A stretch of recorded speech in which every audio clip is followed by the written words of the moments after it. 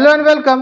जोहार, नमस्कार। मैं एम एस सर की पाठशाला में आप सभी का हजारों बागों के नगरी से तहे दिल से स्वागत करता हूँ। तुम सिंह बनो, शासन की क्यों चिंता करते हो? तुम सिंह बनो, शासन की क्यों चिंता करते हो? तुम जहाँ बैठोगे वही सिंहासन होगा, वही सिंहासन होगा। लेकिन इसके लिए आपको संघर्ष करना पड़ेगा। चलिए, मैं संघर्ष करता हूँ, आप भी करेंगे। ये आज जो अभी का वीडियो मैं बना रहा हूँ वह पूरी फोकस है श्वसन तंत्र पे। जो क्लास 10 का साइंस का जो विज्ञान, जीव विज्ञान का जो चैप्टर है जैव प्रक्रम, उसमें श्वसन तंत्र से महत्वपूर्ण क्वेश्चन मैंने उठा करके आपके लिए लाया है। उस पर फोकस है। यहाँ पे आपको श्वसन तंत्र से संबंधित जानकारी मिलेगा। चलिए देखते हैं क्या है क्वेश्चन। पहला क्वेश्चन है कि श्वसन के दौरान कौन सी गैस निकलती है। मतलब जब हम श्वास लिए और छोड़े, जो श्वास लेने के बाद गैस निकलने की बात होती है, तो छोड़ते हैं तो वह कौन सा गैस होता है? उसको बोलते हैं CO2, इसको बोलते हैं कार्बन डाइऑक्साइड। लेकिन आपको मैंने क्या बोला कि मैं अगर श्वास लेता हूं या कोई भी मानव श्वास लेता है तो श्वास लेने के बाद वह छोड़ेगा तो CO2 होगा, कार्बन डाइऑक्साइड होगा। लेकिन आपको ऑप्शन देख लेना है कि क्या वो पादप की बात हो रहा है क्या। अगर कोई पादप की बात होगा तो पादप जब श्वास छोड़ेगा तो वह श्वास छोड़ेगा तो क्या होगा? पादप होना। में ध्यान रखना भाई। पहले मैं यहां लिख देता हूं, ये मानव CO2 छोड़ता है और लेता कौन है भाई? O2, ऑक्सीजन लेगा मानव और छोड़ेगा। लेकिन पादप की जब बात आएगी तो पादप क्या करेगा? वह CO2 ग्रहण करता है, लेगा, CO2 लेगा और छोड़ेगा क्या? O2, ऑक्सीजन छोड़ेगा। ये ध्यान रखिएगा, ये छोड़ता है। तो पादप की स्थिति अलग होती है, मानवों की स्थिति अलग होती है। ऑप्शन देख लीजिएगा, क्वेश्चन ध्यान से रख, फिर इसको सॉल्व कीजिएगा, नहीं तो फंसिएगा उसमें, हमको नहीं बोलिएगा। मैं आपको अभी चेतावनी दे दिया हूं कि श्वसन के दौरान कौन सी गैस निकलती। भाई अब तो फंस जाएगा कि श्वसन के दौरान कौन सी गैस निकलेगी। तो दो स्थिति में निकलता है। एक निकलता है मानव में CO2 हो गया, पादप में ऑक्सीजन हो गया। मानव लेता क्या है? ऑक्सीजन। छोड़ता क्या है? Carbon dioxide. पादप लेता क्या है? Carbon dioxide. छोड़ता क्या है? ऑक्सीजन। चलिए अगले क्वेश्चन की ओर चलते हैं। कोशिका का पावर हाउस किसे कहते हैं? पहले कोशिका का चलिए करते हैं, पोस्टमार्टम करते हैं। कोशिका की खोज कब हुआ भाई? तो 1665 ईस्वी में। कोशिका की खोज 1665 में। अब किसने किया? तो यह भी जान लीजिए, किया था कौन? वह था रॉबर्ट, उसका नाम था रॉबर्ट हुक। तो 1665 में कोशिका की खोज हुआ था। किसने किया था? Robert Hooke. लेकिन प्रश्न क्या है कि कोशिका का पावर हाउस किसे कहते हैं? पावर हाउस, तो इसको कहते हैं माइटोकॉन्ड्रिया को। किसे कहते हैं? माइटोकॉन्ड्रिया।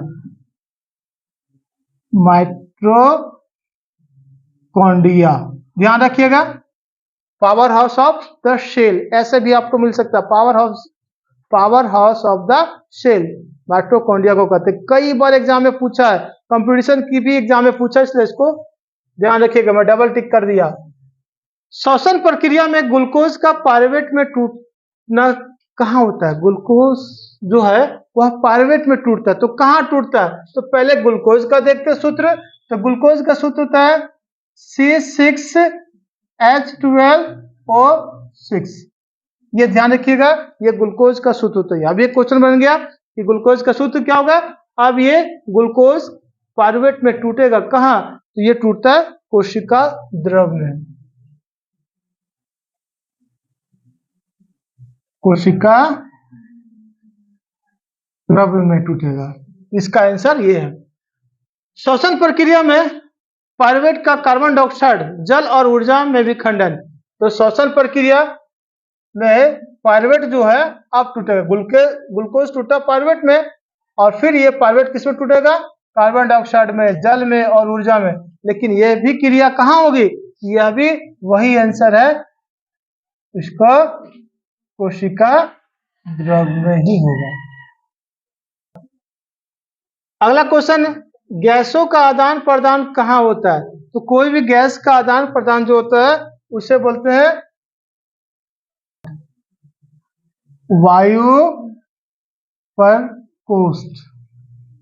यहाँ पे गैसों का आदान प्रदान होता है, तो गैस आएगा, रुकेगा, फिर वहां से निकल जाएगा। अगला प्रश्न है, ग्लूकोज के एक अणु के किण्वन से कितनी ऊर्जा मुक्त होती है? तो ये होता है 25 किलो कैलोरी ऊर्जा मुक्त होती है। श्वसन का मध्यवर्ती पदार्थ क्या है? इसको बोलते हैं पायरुविक अम्ल। अगला क्वेश्चन है, गुब्बारे जैसी संरचना को क्या कहा जाता है? तो गुब्बारे से संरचना को जो बोला जाता है एल्वियोलाई। नाम थोड़ा ध्यान रखिएगा, 2-4 बार उच्चारण कीजिएगा, एल्वियोलाई। नेक्स्ट क्वेश्चन, पौधों में श्वसन होता है, तो पौधों में श्वसन क्या होता है? तो इसका श्वसन जो होता है स्टोमाटा में होता है, ध्यान रखिएगा, स्टोमाटा में। अगला क्वेश्चन, पौधों में श्वसन क्रिया के अंतर्गत एटीपी टूटने से कितनी ऊर्जा मुक्त होती है? एटीपी का फुल फॉर्म आप लोगों को मैसेज में कमेंट करना है, तब तक मैं इसका आंसर बताऊंगा।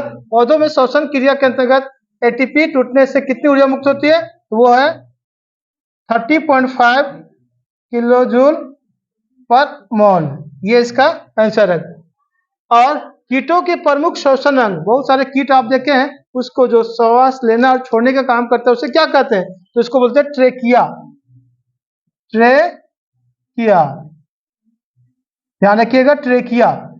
चलिए अगले भाग में मिलते हैं, तब तक आप सभी को काम करना अगर पसंद लगेगा तो लाइक जरूर करेंगे, आंसर जरूर कमेंट करेंगे, और अभी तक अगर आप मेरे चैनल को सब्सक्राइब ना किए हो तो कर लीजिएगा। मिलते हैं नेक्स्ट वीडियो में, तब तक के लिए धन्यवाद।